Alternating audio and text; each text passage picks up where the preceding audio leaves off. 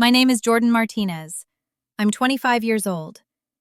7 years ago, I sat at my own 18th birthday party while my father stood up to give a toast that was actually a roast of my intelligence. 30 family members and friends watched as he said, "Here's to Jordan. She may not be book smart like her brother, but at least well, we'll find something she's good at eventually." Everyone laughed. My mother added, "We've always said Jordan isn't college material. Some people are meant for trade schools, and that's okay. Not everyone can be academic like Daniel." I was smiling and nodding like I was in on the joke, pretending it didn't hurt, when the doorbell rang. My aunt went to answer it and came back with a certified mail envelope. "Jordan, this is for you. Looks official." My mother waved dismissively.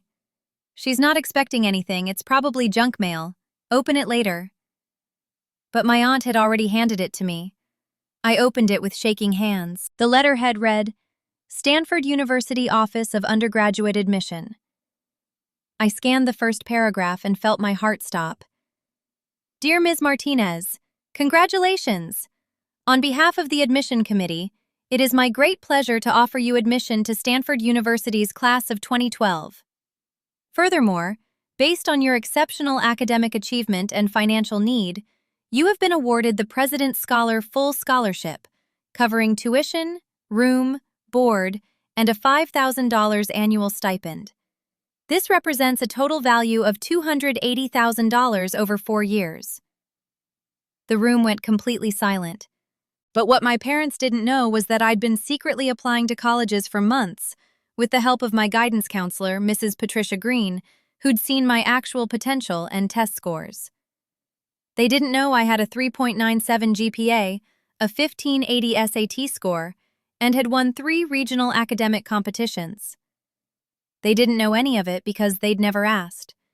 They'd just decided years ago that I was stupid, and they'd told everyone who would listen. Before I tell you what happened when I read that scholarship letter out loud to 30 people who'd just heard my father mock my intelligence, please like and subscribe, but only if you genuinely enjoy this story. Drop a comment. Where are you watching from and what time is it there? I love connecting with all of you. Now, let me take you back to where my parents' narrative about my intelligence really began. Growing up in Phoenix, I learned early that my brother Daniel was the smart one, and I was the one who tried hard but just didn't have the same natural abilities. My family. Dad, an engineer who valued intelligence above everything. Mom, a teacher who somehow couldn't see my potential despite her profession. My brother Daniel, 3 years older, genuinely brilliant and naturally gifted at everything academic. And me, the daughter they'd labeled as not college material from the age of 10. Daniel got praised for his mind. I got praised for trying my best. When I was 10, I brought home a math test with 100%. I'd studied for hours to understand the concepts. Dad glanced at it. "Good job, Jordan. What did Daniel get?" Daniel walked in. "I got 100 too, but mine was the advanced test, 2 grade levels up." Dad beamed. "That's my boy. Natural talent." I was holding the same score, but mine didn't count because it wasn't natural. At 13, I qualified for the state spelling bee after months of practice. Mom said, "That's wonderful. Spelling is good for people who aren't naturally strong in other subjects." Daniel had qualified for a national math competition. The rest of dinner was about his achievement. My spelling bee got 1 mention. "Jordan's doing a spelling thing too." But here's what I didn't understand then. I wasn't less intelligent. I was just quieter about my intelligence. Daniel was loud and confident. I was careful and thorough. They saw his flash and missed my substance entirely. At 15, I took the PSAT. I scored in the 97th percentile, 1420 out of 1520. I was thrilled. National Merit Scholarship qualifying score. I showed my parents. Dad looked at the score. "This seems high for you. Are you sure they didn't make a mistake?" "Dad, I studied really hard. I've been taking practice tests." Daniel got a 1510 when he was 15. Now that's an impressive score, Mom added gently. Sweetie, it's great that you did well, but remember, these tests don't define you. You have other qualities. You're kind, you're helpful. You don't need to compare yourself to Daniel. I wasn't comparing myself to Daniel. They were. The narrative solidified that year. Daniel was the smart one, heading to elite colleges. I was the sweet one, who would find her path eventually, probably at community college. They said it so matter-of-factly, not meanly, just as accepted fact, like saying the sky was blue. By 16, I stopped telling them about my achievements. When I won the regional science fair, I didn't mention it at home. When I was inducted into National Honor Society, I went to the ceremony alone. When I scored 1580 on the SAT, 99th percentile, higher than Daniel's score, I told no one in my family. I maintained my silence through junior year. I took AP classes. I got straight A's. I participated in academic competitions and won awards. I built a transcript that would impress any admissions officer. But at home, I was still just Jordan, the daughter who tried hard but wasn't really college material. My parents started talking openly about my future. Jordan should look into the community college, Dad said over dinner. 2 years there, maybe she could transfer somewhere. Get a practical degree, nursing or elementary education. Something straightforward. I think cosmetology school could be good for her, Mom suggested. Jordan's good with hair and makeup, very hands-on. Not everyone needs a 4-year degree. Daniel was headed to MIT, full-ride National Merit Scholarship plus additional grants. My parents were so proud they had custom t-shirts made. MIT Dad and MIT Mom. I let them think whatever they wanted, because I had a secret. I'd met with my guidance counselor, Mrs. Patricia Green, in September of senior year. Jordan, she'd said, looking at my transcript, your GPA is 3.97, your SAT is 1580. You have academic competition wins, volunteer leadership, and stellar teacher recommendations. You could get into any university in the country. Why haven't you talked to me about college applications? My parents don't think I'm smart enough for college. Mrs. Green's face went through several expressions. I'm sorry, what? They think I should go to community college, or trade school. They've always said I'm not college material like my brother. Jordan, your academic record is exceptional, better than 98% of students I've counseled in 20 years. What do your parents think you do in school all day? I don't know. They never ask. They just assume I'm struggling by.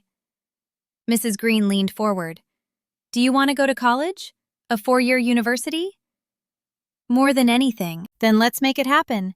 We'll apply to schools with strong financial aid.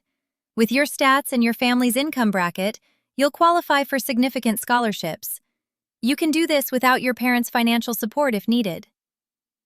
Over the next 3 months, Mrs. Green helped me apply to 15 schools. We worked during lunch periods and after school.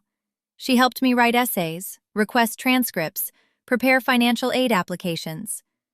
We applied to Stanford, Yale, Princeton, Duke, University of Michigan, UCLA, UC Berkeley, Northwestern, Vanderbilt, and several safety schools. Every application fee was waived based on financial need. Why not tell them? Mrs. Green asked. Because if I don't get in, I don't want them to know I tried. Jordan, you're going to get in, multiple places. But in March, the acceptance letters started arriving. I had them all sent to Mrs. Green's office. Yale, accepted, $45,000 annual scholarship. Princeton, accepted, full financial aid package. Duke, accepted, full ride merit scholarship. Michigan, accepted, full ride scholarship plus stipend. UCLA, accepted, Regent scholarship.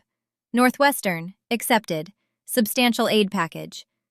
And then, in early April, Stanford, accepted, President's Scholar full scholarship, the most prestigious merit award they offered, only given to 30 students nationwide. Full tuition, room, board, and stipend. $280,000 total value over 4 years. I cried in Mrs. Green's office. She cried with me. "You did this," she said. "Your work, your intelligence, your determination. This is all you." "My parents are going to think it's a mistake." "Then we'll show them it's not." My 18th birthday was April 15th. My parents decided to throw me a party. "Since you're not graduating with honors like Daniel did, let's at least celebrate the birthday." I had graduated with highest honors. They didn't know because they'd never checked. The party was at our house. 30 people, family, neighbors, family friends. Nice enough event. Cake, food, decorations. But my parents had decided to make speeches. They'd done it at Daniel's graduation party, giving heartfelt toasts about his brilliance and bright future. For mine, they decided to be funny. Dad went first. "Jordan is turning 18. We're so proud of our daughter. She may not be heading to MIT like her brother, but she's got heart and determination. She tries really, really hard at everything, even if the results aren't always academic." People laughed politely. "We've always said, not everyone is meant for college. Some people are more hands-on learners. Jordan's going to find her path, even if it takes her a while to figure out what that path is." More laughs. I smiled like it was charming. Mom stood up. "I taught elementary school for 15 years, and I've seen all kinds of students. Some are naturally gifted like Daniel. Others need more support, more time, more hands-on learning.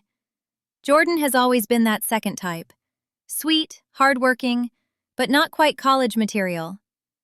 She said it so lovingly, like it was a compliment. "We've enrolled Jordan in community college for the fall, just to see how she does with college-level work. Small classes, local, very supportive. If she can handle that, maybe she can transfer somewhere eventually. We're not expecting miracles, but we believe in meeting our children where they are." The room applauded this generosity. Daniel stood up. "To my little sister, you've always looked up to me and tried to follow in my footsteps, even though we both know you're not going to MIT or anywhere like that. But that's okay.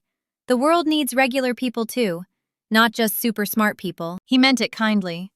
That was the worst part. They all meant it kindly. That's when the doorbell rang. My Aunt Maria answered it and came back with the envelope. "Jordan, certified mail. Looks important." Mom waved her hand.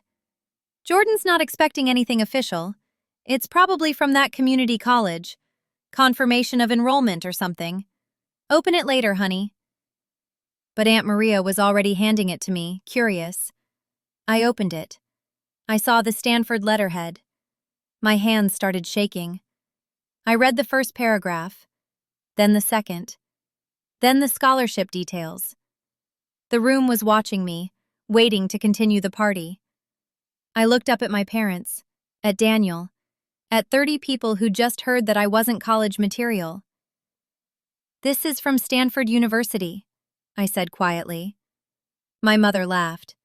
"Stanford? Honey, did you apply there as a joke? That's very selective." "I've been accepted," I said louder, "to Stanford, with the President's Scholar full scholarship." Dead silence. I started reading out loud. My voice shook, but I kept going. "Based on your exceptional academic achievement and demonstrated potential, you have been selected as one of 30 students nationwide to receive the President's Scholar full scholarship. This 4-year award covers full tuition, room and board, and provides a $5,000 annual stipend for books and living expenses. The total value of this scholarship is approximately $280,000. I looked up. Every eye in the room was on me. "There must be a mistake," Dad said. "It's not a mistake. I applied to 15 universities.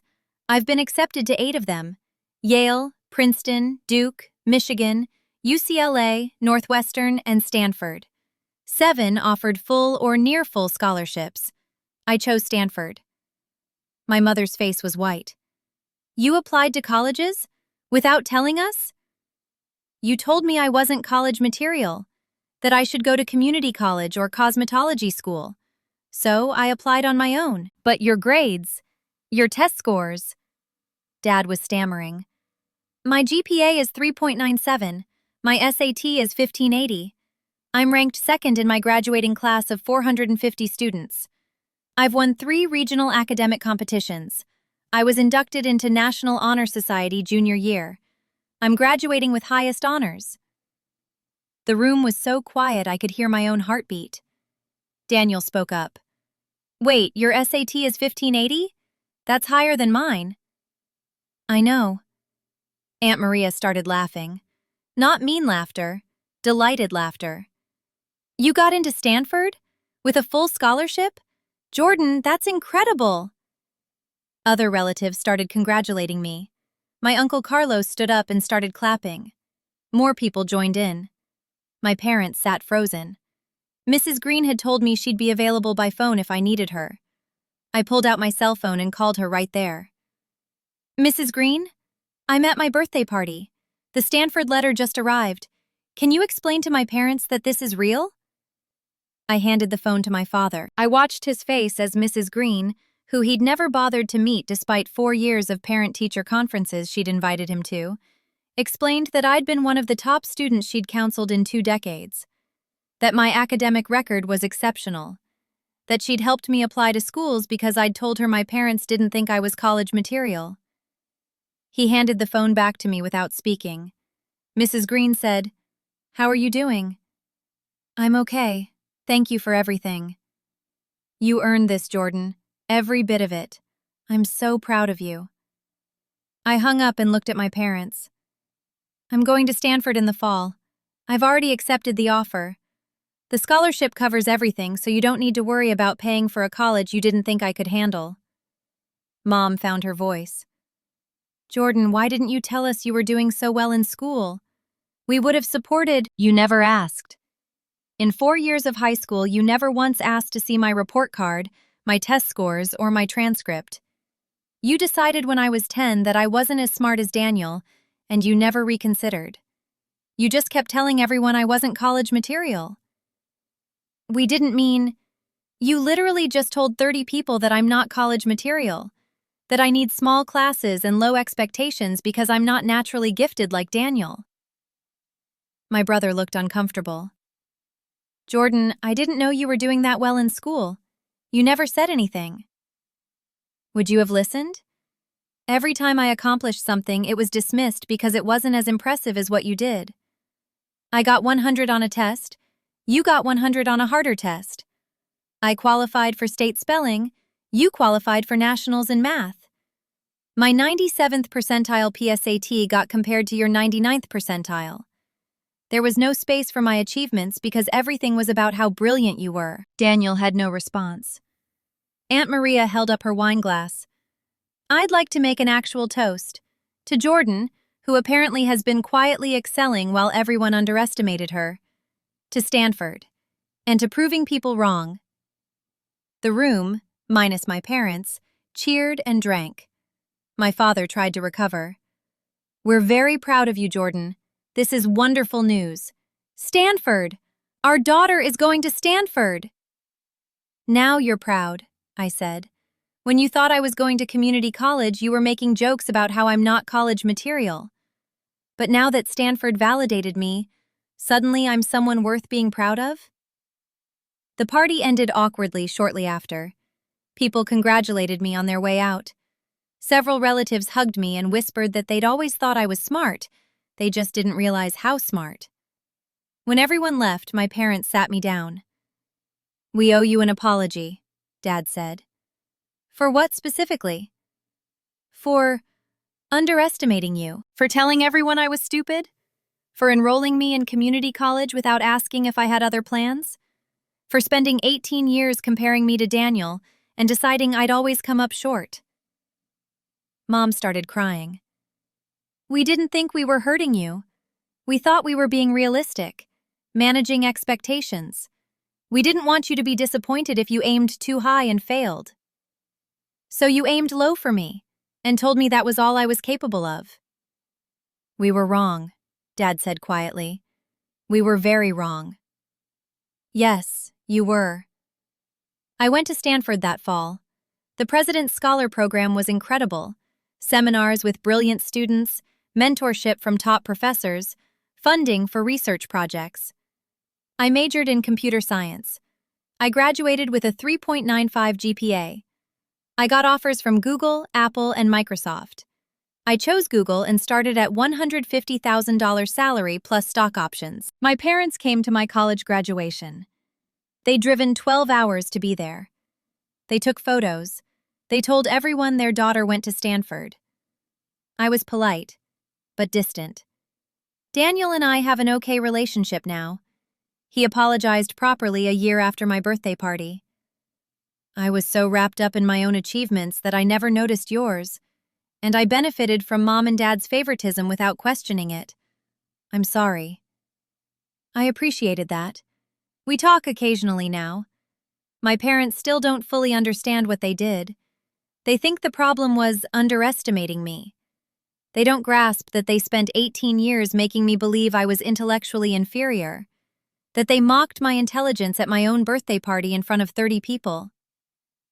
I'm 25 now. I've been at Google for 3 years. I was promoted to senior software engineer last year. I'm financially independent, successful, and happy. But I still have the recording on my phone of that birthday party.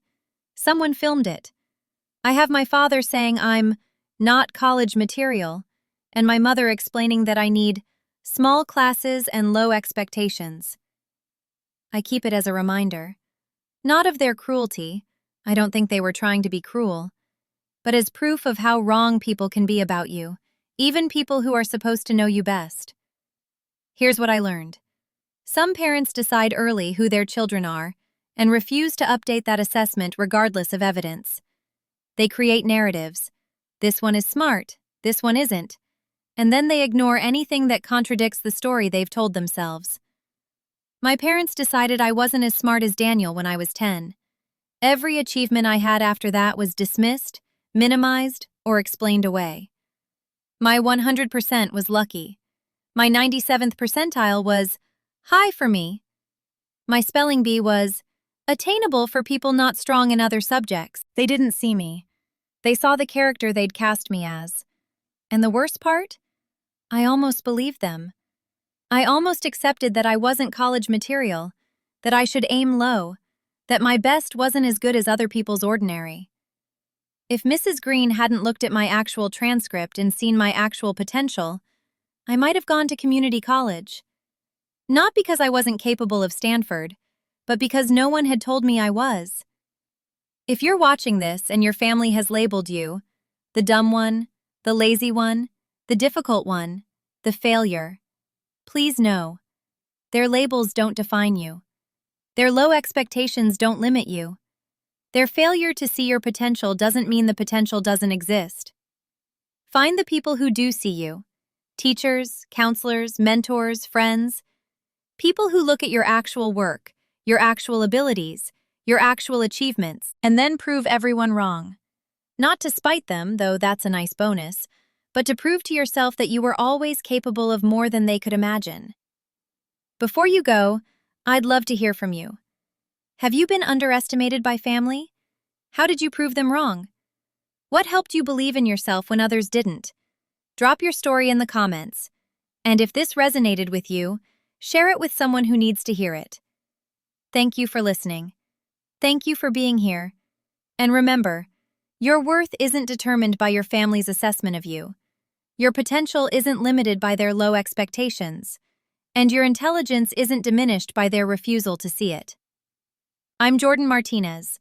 I'm 25 years old. My parents spent 18 years telling me and everyone else that I was too stupid for college. Then my full-ride Stanford scholarship letter arrived during my birthday party where they were roasting my intelligence. I read it out loud to 30 people who'd just heard I wasn't college material. I graduated from Stanford. I work at Google. And I learned that the people who underestimate you the most are often the ones who know you the least, even if they're family. Believe in yourself even when your family doesn't, especially when your family doesn't. Your potential is yours.